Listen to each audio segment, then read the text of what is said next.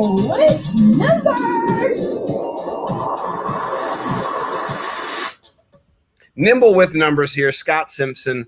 Thank you for joining me on this beautiful fall Saturday afternoon. I am super excited. I get, some would say, maybe the better half, or hopefully the better half in this matchup of the FF Face-Off crew. I have Mr. Anthony Servino himself here to take me down to avenge, Mr. Michael Hoff's implosion last week.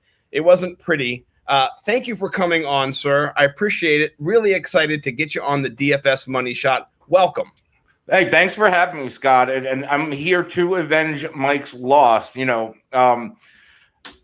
need to come out of this on a positive note. We have a reputation over at the FF Face-Off. So I'm looking to win this week. Now, I'm really excited. Let people know, I know who you are because I've been following you for a while, and you're all over the place on the fantasy football map. You're doing lots of great stuff all around. Let people know where they can find you and what work you're doing right now. You can follow me on Twitter at The Real NFL Guru. You can follow the show at the FF Face-Off, and I'm on all the top social media and podcast platforms. I'm a head writer over at GridironExperts.com, where I'm in my fourth year doing a weekly sleepers column. I'm in the Fantasy Pros ECR. Tough start this year. I'm 48th overall on the season after coming in 15th in season and 15th in the draft rankings last year. So I'm looking to get going. Hopefully it starts this week. And I'm also going to be starting a new project. I'm not going to announce it right now, but it's going to be with the sports betting landscape. So I'm kind of branching from fantasy into sports betting. That is my language. I got to tell you, not to plug my other pods while I'm on here, but tomorrow I'll definitely be doing the prop profits. So I do a prop betting show that is looking at particularly over-unders, rushing, receiving, passing, stuff like that. So I'm intrigued. When that gets off the ground, please let me know, Anthony. I'm really excited that you are here today. So thank you for joining me, sir. Yeah, thanks again for having me. Now, it's going to be great. So for those who don't know, if this is your first time, let me explain the show. Anthony and I are going up against each other in a DFS DK matchup head-to-head for $50. I let the guests choose how much they want to go at me for. So we start at 10. You can do 10, 20, 50, or 109 because, DK's got to make their loot. And so they give you that jack up little $9 so they can give you your 200 if you win that big one yet. No one has done the big one yet. I will, before we jump in with Anthony, I will go back to last week and update what did happen. I did beat Michael 144.1 to 111. It wasn't even close. I went with the Russell Wilson, Tyler Lockett stack, and that was just the end of him. It was the end of everybody. If you didn't have that, you didn't win anything, really, big time. And if you did have that and you also stacked DK Metcalf, you might have won the Millie Maker, or you might be Pete Overzet, and you might have won, got third place, got 10K in the Spy. So that is what I did last week, and my record is now 2-1. I've beaten the FF Intervention, my man Chase Vernon.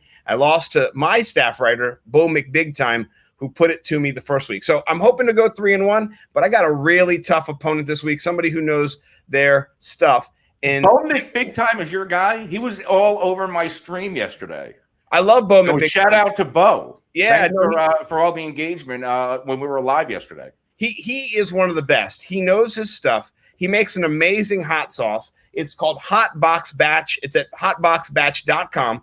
I'm in a league with Fantasy Stoner, and it's Fantasy Stoner's Dynasty League. He invited me in. Bo was another member of that league.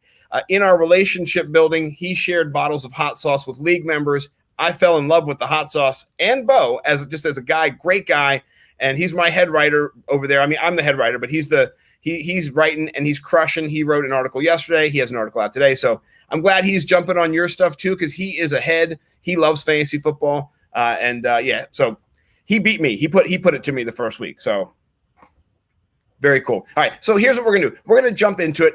Anthony submitted his lineup. I submitted my lineup. We've dragged those lineups out of the DK website. We put them on my website here, and we're going to reveal them one by one. So let's start off with our QBs, and we're both going Matthew Stafford. Anthony, what do you like in this matchup this week?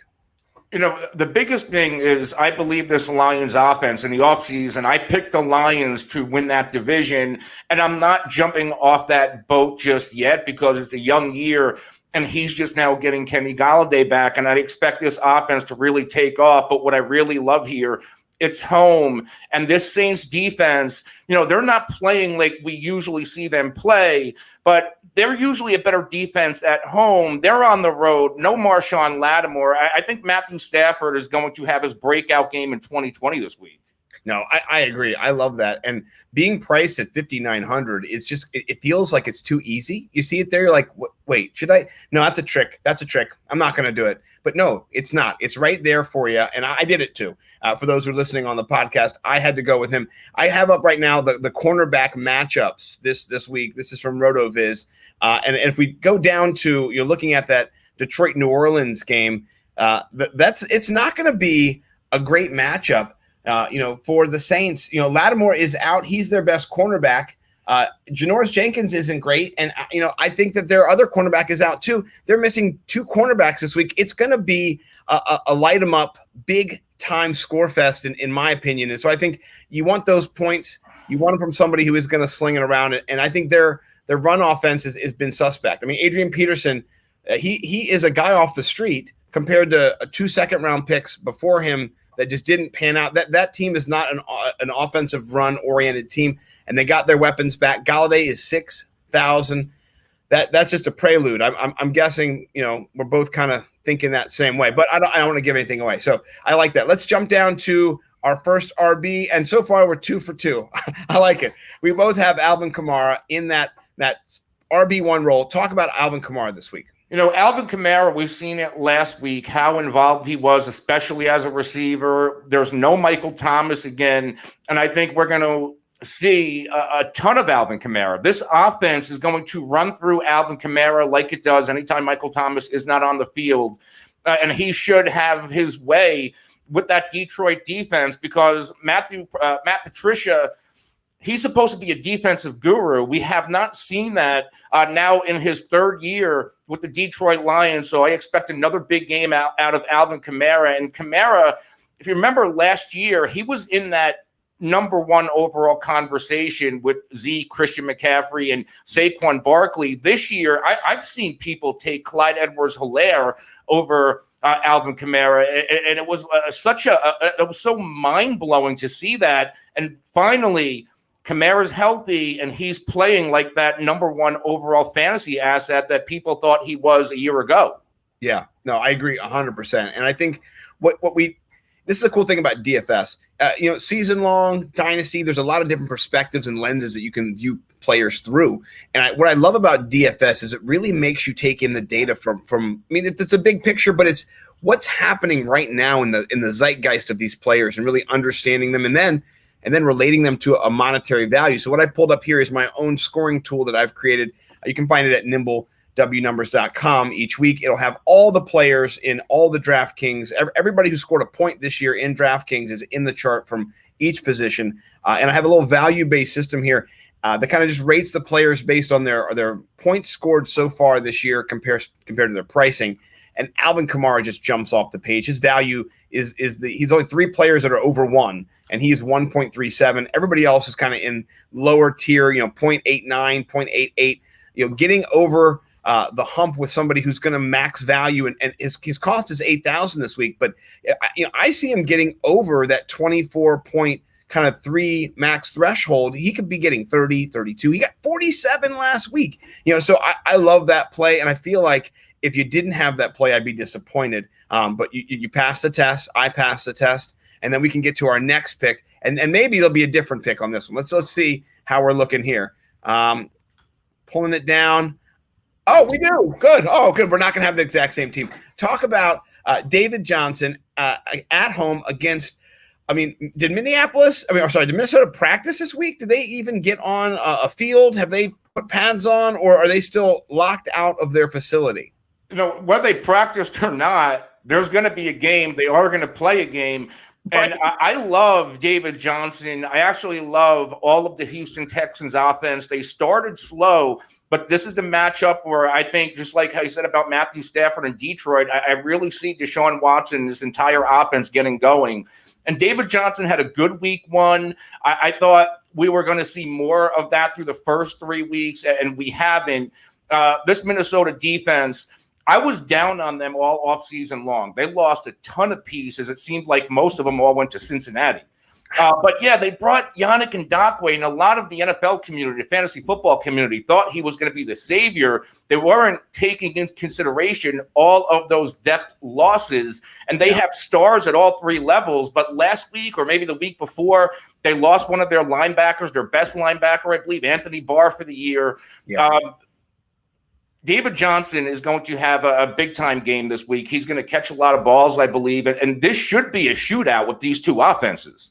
Yeah, and I like what you're saying. I think that second level, and we understand a little bit when we see a tight end kind of get loose, and you're like, oh, this team has linebackers that struggle, or you see a guy get open down the seam, you're like, oh, they have a team that struggles with a safety. Well, how does that impact, when you're looking at a running back? Well, once David Johnson clears the line and there's no Anthony Barr to wrap up and make sure he doesn't get through, he's not falling down for 3 yards. He's falling down for 8, 9, 10 yards. I mean, it sounds silly, but that 1 or 2 second difference, or that fraction of a hole closing, and there's not an all-pro there on the other side to stop you, it matters. And I think you're really right. If he can get past that line and get into the second level, he's going to have those 15-yard runs where there's 1 or 2 guys to stop him. And maybe somebody doesn't stop him and he gets a long chunk run, maybe a 30-yard touchdown. So I love that play. And not to interrupt, they're using David Johnson as a 3-down back. If you take Duke Johnson in week 1 and week 2 against Baltimore, no other running back had a touch. And then last week, Cullen Gillespie and CJ Prosise combined for 2 touches. This is David Johnson's backfield. Yeah. It's just a matter of, are they going to give him the touches for him to be productive? Yeah. And last week, you're going up against the Steelers defense that they had to exploit through the air because no one's running on them. You can't do it. Well, look at Kansas City in week 1. That is a very underrated defense. They're a lot better than what people think they are. I feel like people still think that Kansas City is still that team from 2018 and Patrick Mahomes has to throw for 50 touchdowns for this team to win. Kansas City can win multiple ways. And Steve Spagnuolo, we saw that last year with a Super Bowl win, and a lot had to do with Steve. Week 2 against Baltimore, a very good defense. Week 3 against Pittsburgh. You're getting Minnesota, one of the worst defenses in the league. Watch out for Houston this week. Yeah. No, I think that's an excellent play. And I think also, and even though we went with Stafford, I think if you're going to stack, and we always do stack because stacking is how you win games. If you look at Deshaun Watson this week and you put him with maybe a David Johnson and then, Brandon Cooks or Will Fuller stack, you get a potential, passing touchdown, a screen touchdown. Yeah, I think there's a lot of touchdowns in that game as well. There's a lot of games that are just going to pop this week. The Vegas, finally has caught up. If I pulled up the Fantasy Labs over under for this week and just kind of showing the projections, and their projections have never been higher, which they're finally catching up, with the implied total for some of these teams. It's through the roof, and I think we're going to see a lot of scoring, and that's what you want to do. You want to capitalize. Houston is expected to score 27, around 28 points in this game. Who's going to score them? Well, Deshaun Watson's probably going to score some. So is probably Will Fuller. So is probably, maybe Jordan Akins as a long shot. But David Johnson has a great chance to get a touchdown or 2 in this game against a really bad defense who can give up a lot of runs on the ground. Derrick Henry did it last week. So, yeah, I love this play. On my side, real quick, I'll pivot. Going back to the DFS money sheet here, I've got Jonathan Taylor. It's against a tough run defense, but I'm not sold on Chicago being that good of a team. They're 3-1, I believe, or 4-0. Are they 4-0 or 3? What are they? 3-0? The 3-0. Okay. The Colts? No, the Bears. They're 3-0, right? They're undefeated. Yeah, they're undefeated. I think they're the weakest of the undefeated teams by far, and I feel like the Colts are going to be running the football. They can't trust Philip Rivers to throw the ball. He's not that good as a quarterback. I also think that he's going to throw the ball when he does underneath, whether it's Mo Alley Cox or getting Jack Doyle back, or maybe my guy Jonathan Taylor. So I'm hoping there's some passes involved in this, and he can max out. He's at 6,600. If he can hit the 20-point plateau, I feel strong about that play against you. I'm not trying to crush you with Jonathan Taylor. I'm just trying to keep up, because I think I'm going to need to keep up in this matchup. What do you think about Jonathan Taylor? I like Jonathan Taylor. He is going to dominate that backfield touches. Now, Nyheim Hines, I think he's going to take some of the passing work, but you have to expect to slow this game down a little bit. Jonathan Taylor is going to get 20-plus carries, or at least he should. Yeah. I mean, the thing that comes down to it for a lot of these running backs is they're going to get 18, 20 touches if they find the end zone. That's what we're looking for here.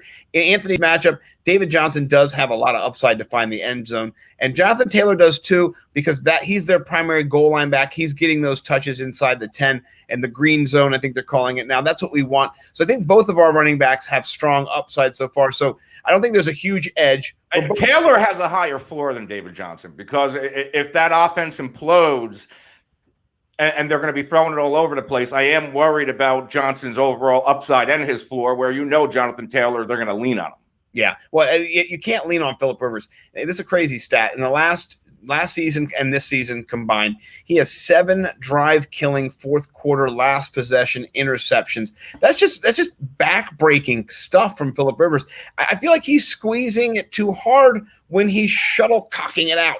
And he just needs to kind of relax a bit, because you can't force things in those last drives. So I want the ball in Taylor's hands in this game. And if I see the ball in Phillip's hands 30, 40 times, I'm going to be dismayed. I'm going to hope that somehow my guy still pulls it out. So that's the game script that I'm hoping for. But Chicago has a new quarterback. He came in against Atlanta. Indianapolis is not Atlanta. So let's just, we'll leave it there. No, but the Bears aren't the Jets either. No, that is true. I like that. That's a good call. And no Malik Hooker. I think that's big for Chicago's passing attack. And also Jimmy Graham, who I love this week. Yeah, Jimmy Graham is a play. And Indianapolis, they are giving up nothing to the tight end. They haven't really played a big-time tight end yet. And no Malik Hooker. Actually, Jimmy Graham has a sneaky touchdown play this week. If you're betting props, I like Jimmy Graham to score. I love that. That's a great call. And I think you saw – this is the thing about the fantasy football community. We see Jimmy Graham, we go, he's not great.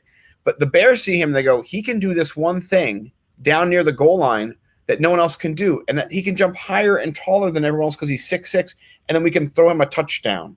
And you're like, oh, yeah, it's pretty simple thinking, but it works. So I also think that a versatile athletic tight end, or a competent tight end, I'll even bring it there, that's the missing key to that Matt Nagy offense. If you go back to Kansas City, he had Kelsey. Year one in Chicago when they made that playoff run. Trey Burton was healthy. Mm-hmm. And then last year, they were banged up all over the place. That offense didn't look the same. All of a sudden, you bring in Jimmy Graham, they're 3-0, and they're moving the football. Yeah. The tight end is the key to Matt Nagy's offense.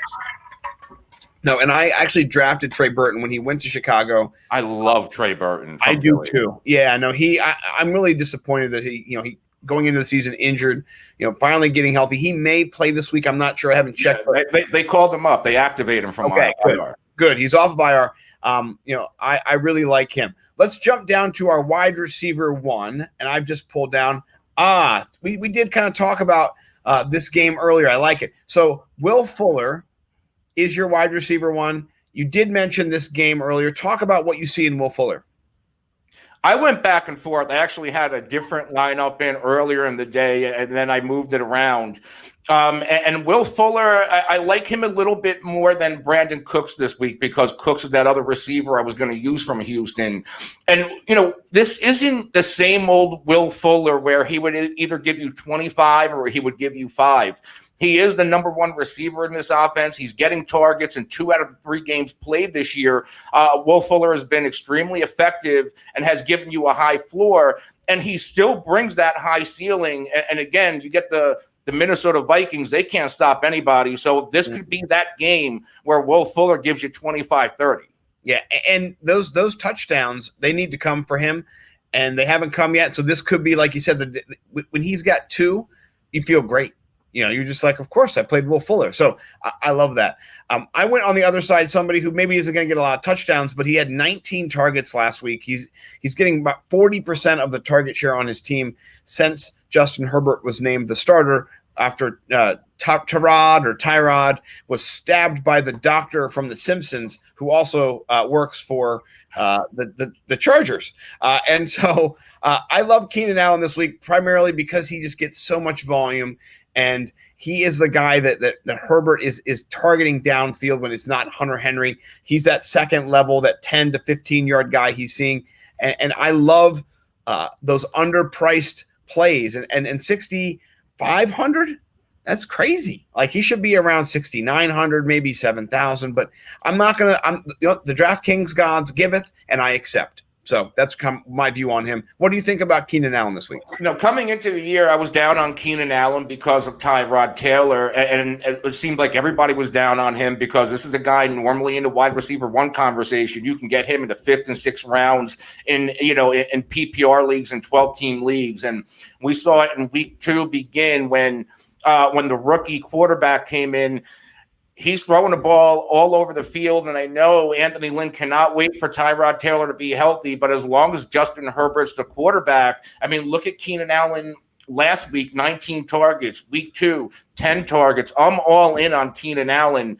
I just don't love this matchup going against Tampa Bay. They're a much improved defense than they were last year. And the cornerback matchup is what? He's expected to see Sean Murphy bunting, and he's ranked as the 25th best cornerback over at Player Profiler.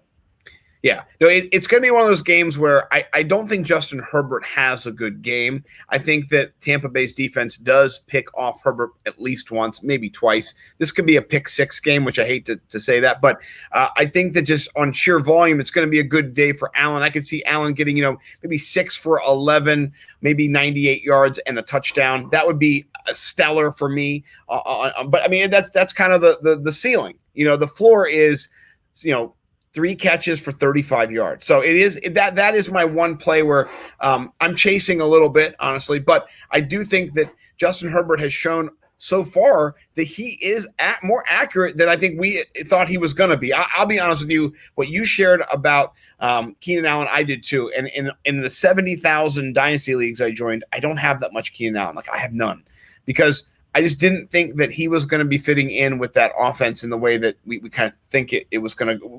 The game script in our minds was they're going to target Eckler a lot. They're going to go to Henry. They're not going to go to Allen. And Tyrod Taylor, he would have done that. And you showed it in the first game. And so I love Justin Herbert being a game changer. I hope Anthony Lynn does not take him out. That'd be bad for fantasy, but I could definitely see that's an NFL move, though. So I could see it happen. Anthony Lynn's trying to win football games, not us fantasy championships and DFS weeks. I mean, come on, man. What's the priorities here? So, well, let's jump down to the next receiver we both have. We're going to share in this. It's Kenny Golladay at 6,000, 6K. What are they thinking this week? I don't understand.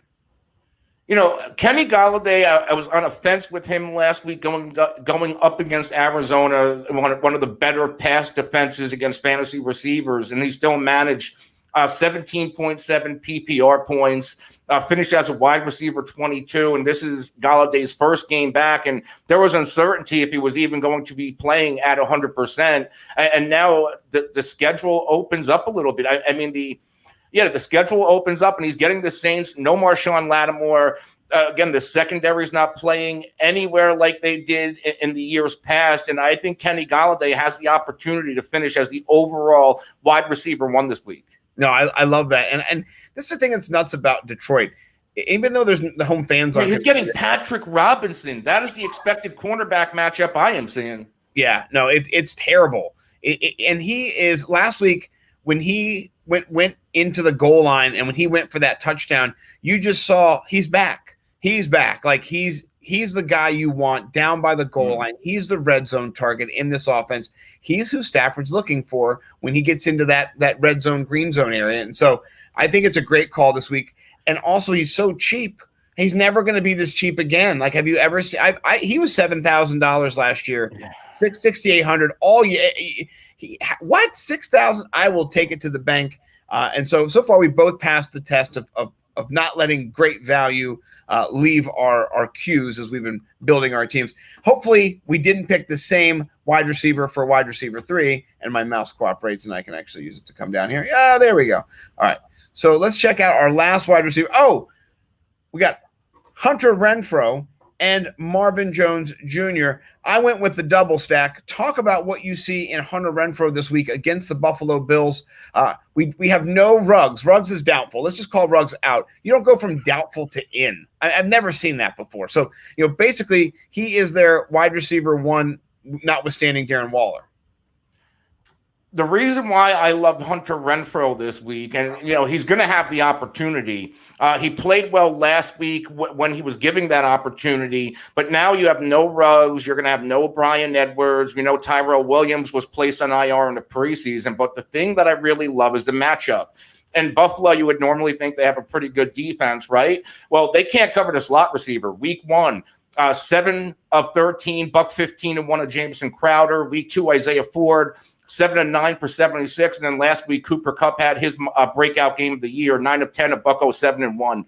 I'm all in on Hunter Renfrow at that price point and that potential ceiling. And again, even if Isaiah Ford is the floor, that's not going to, he's not going to bust. No. And I mean, they've been giving up, just so you can put a point on that, they've been giving up 20.4 average points to the slot receiver. I mean, that's ridiculous. That's so many points. All those catches that you shared, all those yardage, that equates to 20 points. It's not a slam dunk, but if Renfrow does that, then he's maxing out there. And he's a good football player. Yes, he is. I know in the offseason, everybody was in and on the hype of Ruggs and Bryan Edwards, and Hunter Renfrow was pushed to the wide receiver 4 when everybody was healthy, and it was such a head scratcher because last year I believe he was their most productive receiver all around. Yeah, no, and I think what happens is that we see the talent. I mean, I bought the Ruggs hype too. I have him in a couple leagues. He's dynamic. I'm in on Ruggs. Yeah, Bryan Edwards. Yeah, if he was all that good, he would have went higher. Yeah, exactly. No, you can't buy into that hype. I think on my side with Marvin Jones Jr., I love Marvin Jones Jr. because of this. I did a project this past offseason where I looked at the last 5 seasons of wide receiver 1s drafted on a team compared to wide receiver 1s finish on a team. And Marvin Jones stood out as somebody who was way undervalued. And I looked more into his stats. And one of the reasons is because his games are like lollipop. Like it's just up and down. He's not consistent.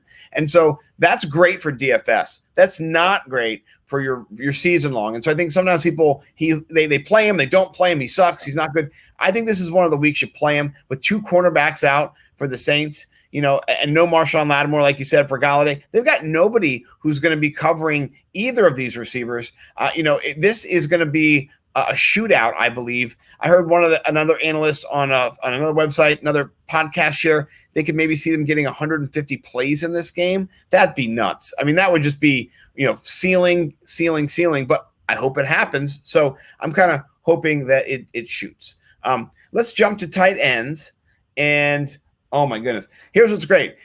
We just pulled back Darren Waller for my lineup and TJ Hawkinson. So we're in the same games. We're thinking the same kind of script.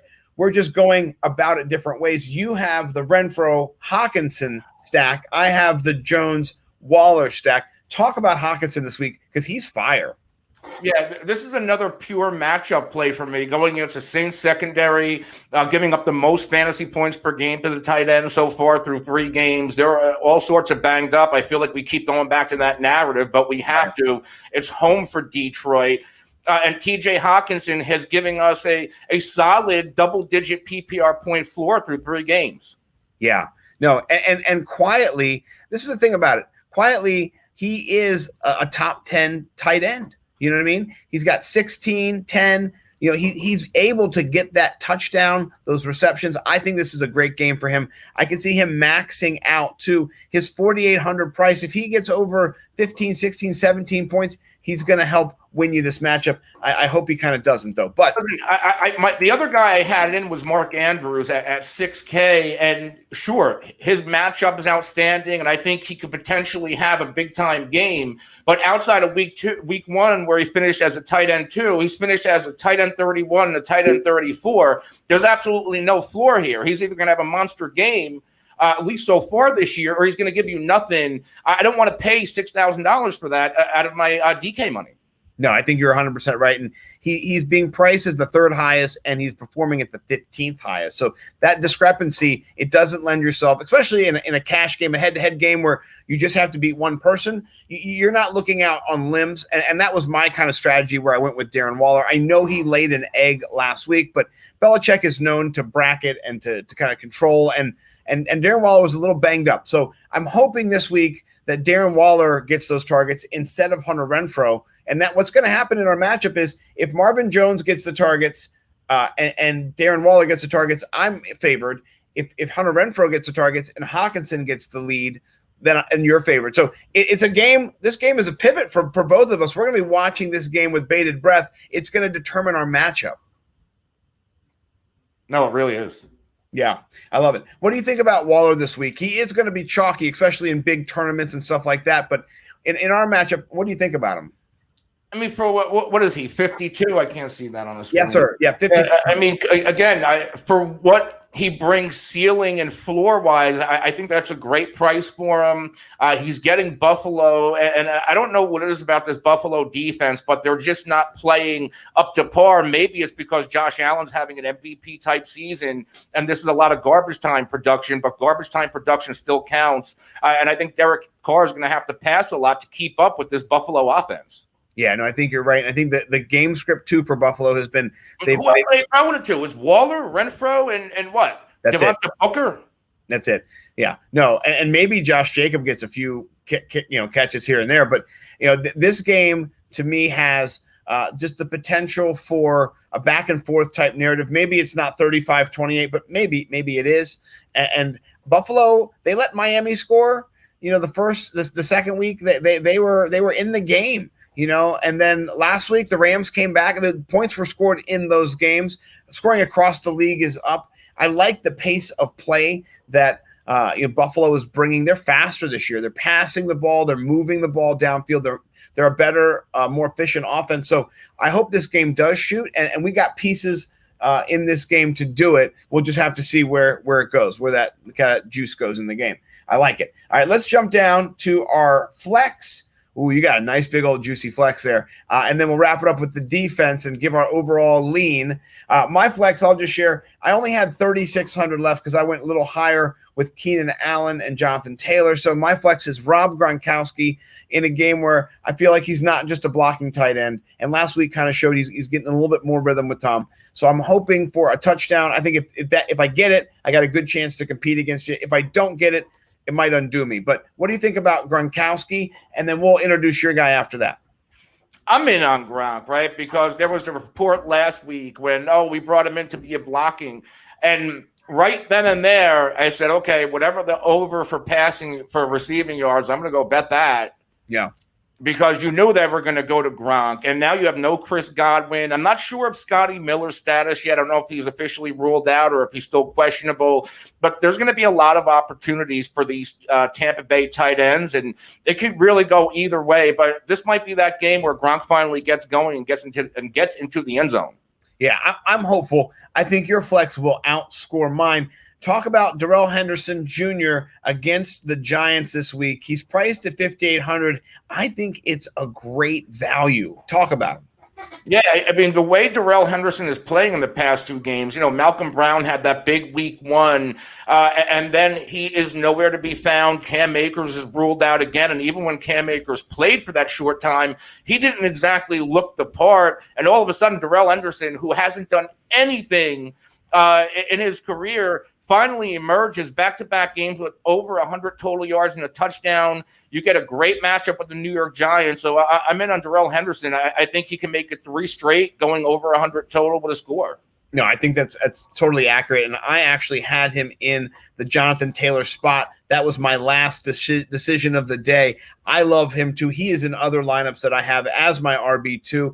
And so to have him as your flex, I think is very strong. And I was feeling good. I was feeling like I kind of maybe had the edge or I had the potential, but that pick right there just, to me leveled it, made it very even. Hopefully the defenses, both give us an edge, but I'm guessing that we'll still be pretty close because, you're a really smart guy. And I listen to lots of smart guys online. So, we're both getting there. Let's see what we got for the defensive pick, our last selection. Oh, I like it. You have the Colts up against the rookie. The Buccaneers up against the rookie, Justin Herbert, in the LA Chargers game. Talk to me about the Bucs. The rookie quarterback. That's really the selling point because as good as Justin Herbert looks, you said it earlier, this could be that game where he has a pick six. And I'm trying to pull up on my phone because I can't find it on my computer what exactly Tampa Bay has done in the past 2 weeks. I think they've defense special teams given back-to-back games with at least 15 points. Yep. Yeah. So and you're getting the Chargers and a rookie quarterback. Yeah. Week 2 they had 14 points in week 2, and then week 3 they had 18. So I mean that they are the third ranked defense, and then when you go to actually look at their pricing. Compared to that, they're way down. They're way underpriced. You should have, and people should have seen this coming. I remember at the end of the year, I think it was like right around December on the FF Face-Off, and I think Mike kind of rolled his eyes a little bit. I said, if this Tampa Bay defense, if they get a new quarterback, this is going to be a top 10 defense next year. Their front seven was outstanding, and their secondary was young, and also Jameis Winston, 30-plus turnovers. That's going to make any defense look bad when you're playing against those short fields, and Jameis Winston, all those pick sixes, they count against the defense. Yeah. All of a sudden, you bring in Tom Brady, he's not really going to turn the ball over, and all of a sudden, we see this defense playing up to their talent. Yeah.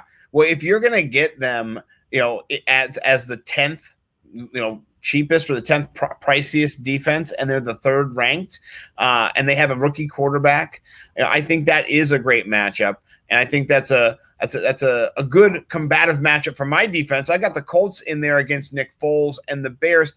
I'm still not a big believer in the Bears.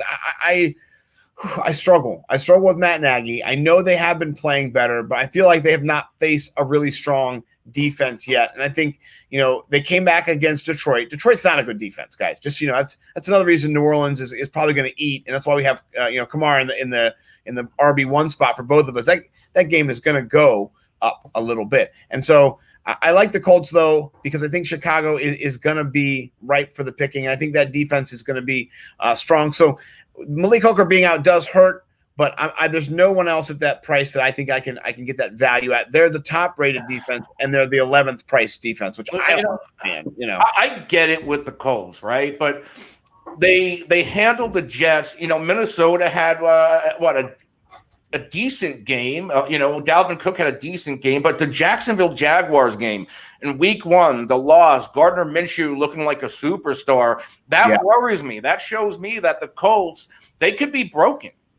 And Chicago, they're playing with confidence. 3-0, Nick Foles. It looks like these wide receivers have come to life. If they can get anything going on the ground, I am going to be a little bit worried about that defense. That just might be the edge that you need. And let's talk about, as we wrap up, where you see these two teams next to each other, who do you think has the edge going into the matchup tomorrow? I think it's close. It's real close. I think it's close. I think the biggest difference is going to be David Johnson for me. Ooh, I like that. And for me, what I'm seeing is if Darren Waller pops, that might be the biggest difference for me compared to Hunter Renfrow. I need Hunter Renfrow's targets to go to Darren Waller. You need him to go to Hunter Renfrow. And then that Hawkinson, Marvin Jones Jr. split with the targets. Those are those pressure points that I think are going to decide our matchup. And our two biggest, boom bust players, for me, it's David Johnson. For you, it's Gronk. Yeah.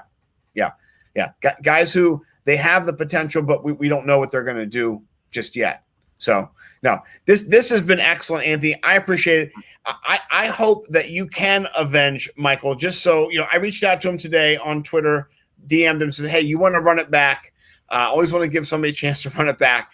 And then he just went, oh man, and I said, we could do it for like $5, So I'm always looking for the redemption angle. And I like how you're here. He is your brother in arms. Real quick, before you get out of here, plug your stuff one more time. Let people know where they can find you and the work you're doing. Again, Anthony Servino at the Real NFL Guru on Twitter, at the FF Face Off, on Twitter and all the other social media and podcast platforms. I do my weekly sleepers over at gridironexperts.com. You can find my rankings over at gridironexperts.com. I forgot to mention earlier the FF Face Off Podathon, which we did in July. We raised over $6,000. We are aiming for a year 2, partnering with Hayden Hurst and his foundation. Of course, like I said earlier, tease it a little bit, we'll have sports betting content coming out very soon. Yeah, no, and I just got to say, at family members who have been given and who are receiving mental health support, I really respect the work that you did. And I listened to that, not the whole thing, because my wife doesn't let me have that much time. 18 hours. I know. I checked in several times. I was, it was on Periscope. I was on YouTube. I really enjoyed all of the work that you guys did and the awareness that you raised and how the goal really to support and care for people, the humanization of everybody and how everyone matters. And I love that the moment that Dak had with, Hayden Hurst a couple weeks ago too. Here's the thing about our brains that we don't understand. We can't see what's going on in there for people. If you have a broken leg or a hurt arm or, you're unable to do something, it's obvious. We really need to understand the brain better. And I think it starts with being understanding and open and learning from each other and coming together. And what you did was just so amazing and beautiful. I just want to say, hopefully maybe next year I can come on and talk about how I beat you and Michael every time. And we're going 24 hours, so we definitely are going to have a little bit more time to allocate.